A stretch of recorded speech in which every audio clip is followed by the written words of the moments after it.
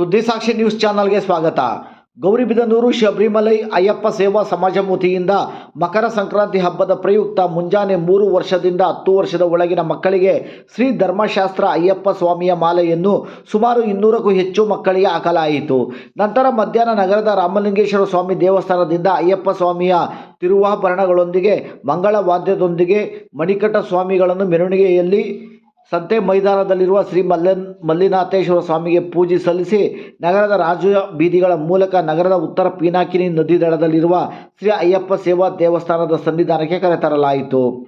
ಶ್ರೀ ಅಯ್ಯಪ್ಪ ಸ್ವಾಮಿಯ 18 ಮೆಟ್ಟಲಿಗೆ ಪೂಜೆಯನ್ನು ನೆರವೇರಿಸಿದ ನಂತರ ಮಣಿಕಂಠ ಸ್ವಾಮಿಗಳನ್ನು 18 ಮೆಟ್ಟಿಲುಗಳ ಮೂಲಕ ಅಯ್ಯಪ್ಪ ಸ್ವಾಮಿಯ ದರ್ಶನವನ್ನು ಮಾಡಿಸಲಾಯಿತು.